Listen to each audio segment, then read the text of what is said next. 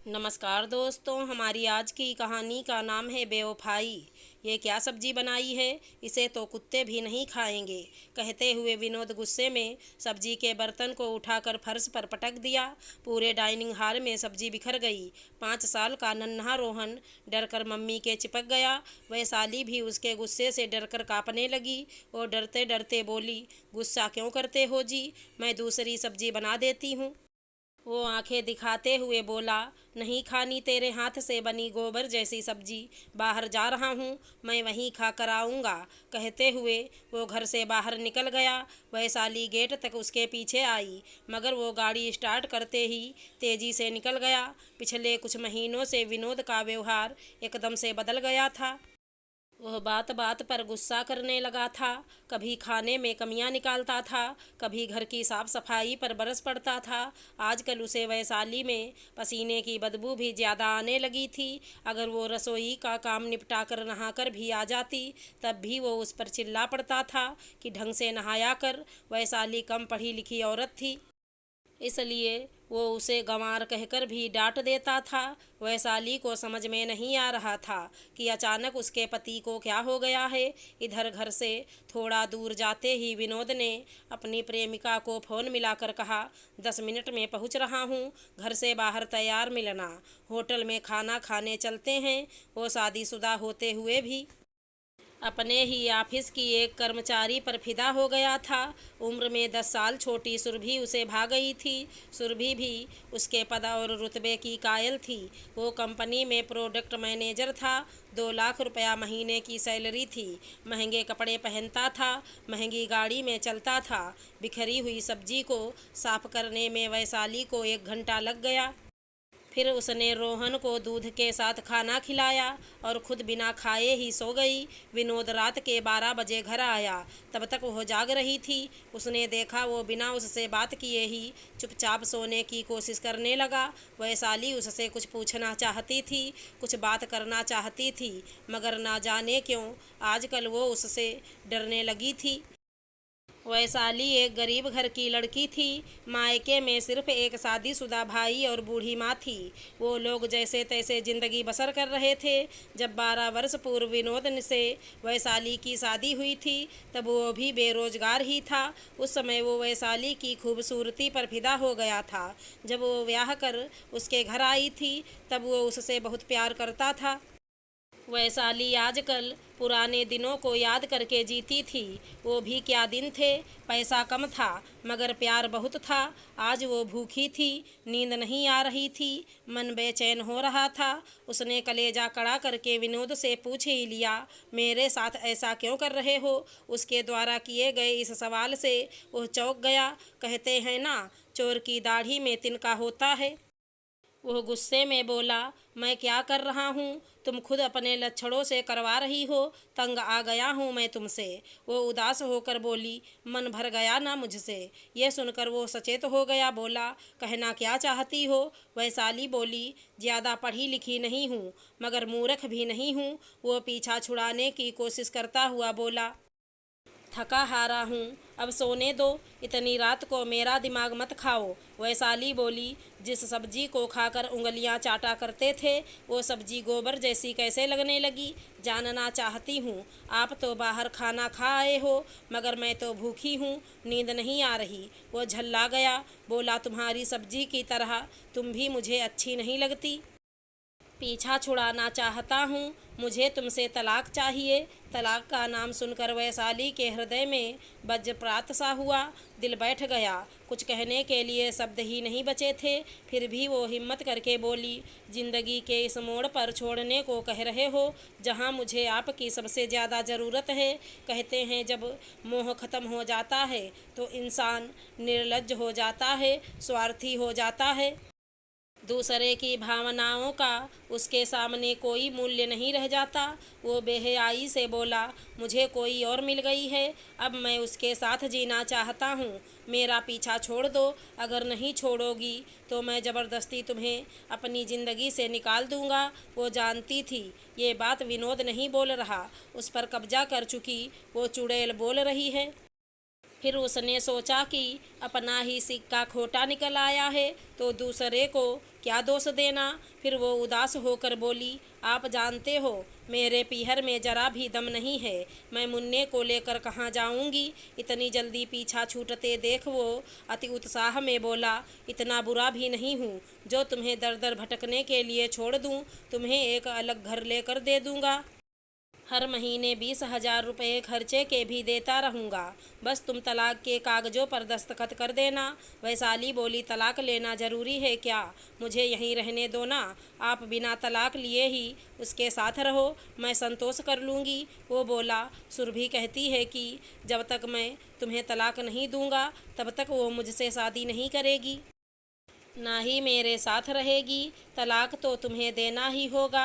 वो एक लंबी सांस लेकर बोली, ठीक है, आप कागजात ले आना, मैं उन पर दस्तखत करके आपको आज़ाद कर दूंगी। जो इंसान दिल से मेरा नहीं रहा तो ज़बरदस्ती उसके साथ रहने से क्या फ़ायदा। फिर वो सो गई। विनोद को तो जैसे मनमांगी मुराद मिल गई थी। वो कमरे से बाहर आया और सुरभि को फ़ोन मिलाकर खुशखबरी दी कि उसकी बीवी तलाक के लिए मान गई है। फिर वो सुरभि के सपने देखता हुआ सो गया। वैशाली ने कभी पति पर शक नहीं किया था, न कभी कहीं जाने से टोका था। वो खुद वफादार थी, इस कारण कभी सोचा ही नहीं कि पति बेवफाई कर जाएगा। पिछले 1 साल से पति के बदलते व्यवहार से वो परेशान जरूर थी, मगर ये नहीं सोचा था कि जो शख्स उसके साथ रह रहा है वो बिछड़ चुका है। अगले दिन से वैशाली की ज़िंदगी बदल चुकी थी। अब वो खोई खोई सी रहने लगी। आगे आने वाली ज़िंदगी और बच्चे की परवरिश को लेकर उसके दिमाग में झंझावत सा चल रहा था। विनोद अब बेफिक्र होकर तलाक की कार्यवाही में जुटा था। अब उसने घर पर खाना खाना बिल्कुल बंद कर दिया।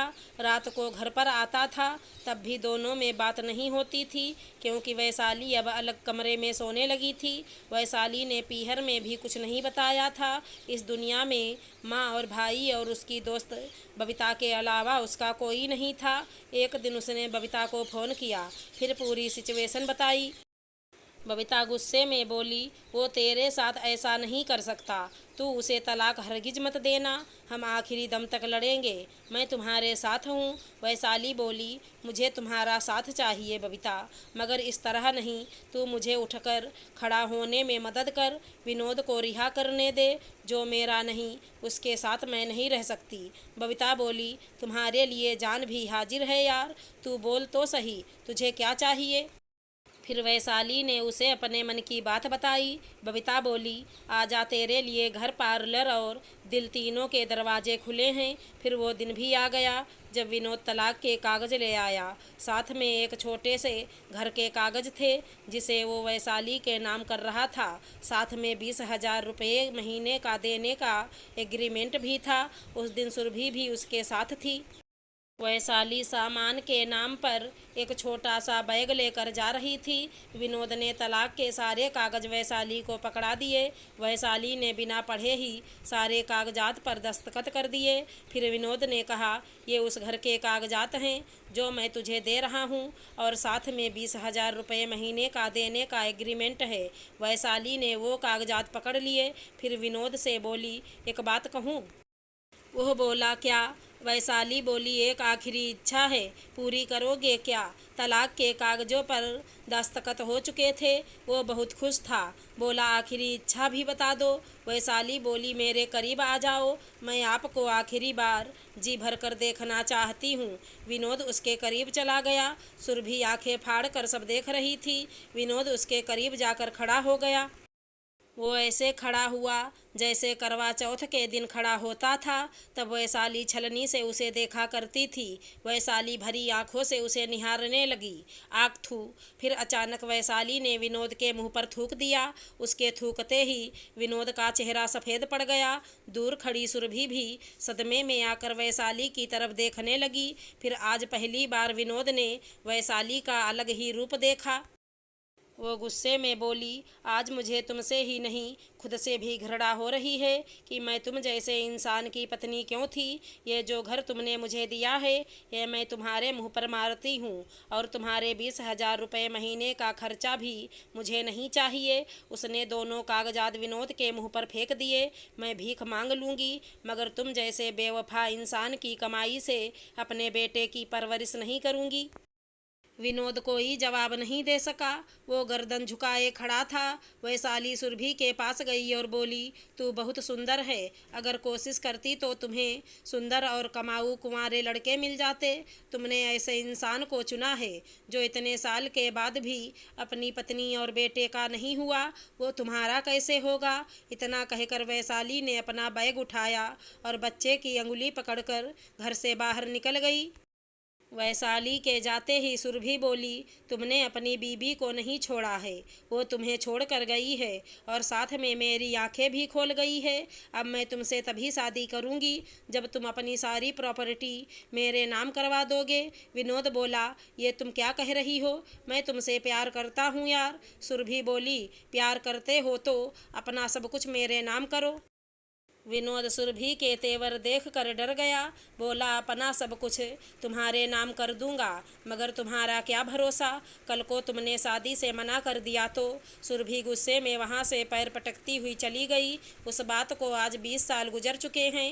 वैशाली आज एक बहुत बड़ी ब्यूटिशियन बन गई है। कई शहरों में बबीता और उसके ब्यूटी पार्लर चलते हैं। वैशाली के बेटे रोहन की भी शादी हो चुकी है। वैशाली बेटे बहू के साथ बहुत खुश है। इधर विनोद आज भी अकेला रहता है। वो लाख कोशिशों के बाद भी सुरभि को नहीं मना पाया, ना ही उसने तलाक के कागज कोर्ट में जमा करवाए। कानूनी रूप से वैशाली आज भी उसकी पत्नी है। वो कई बार वैशाली को मनाने के लिए गया, मगर वो लौट कर नहीं आई, क्योंकि कुछ लोग बहुत ज़्यादा स्वाभिमानी होते हैं। उनको एक बार खो देने के बाद वे दोबारा नहीं मिलते। अगर हमारी कहानी पसंद आई हो तो चैनल को लाइक शेयर सब्सक्राइब करें। राधे राधे दोस्तों।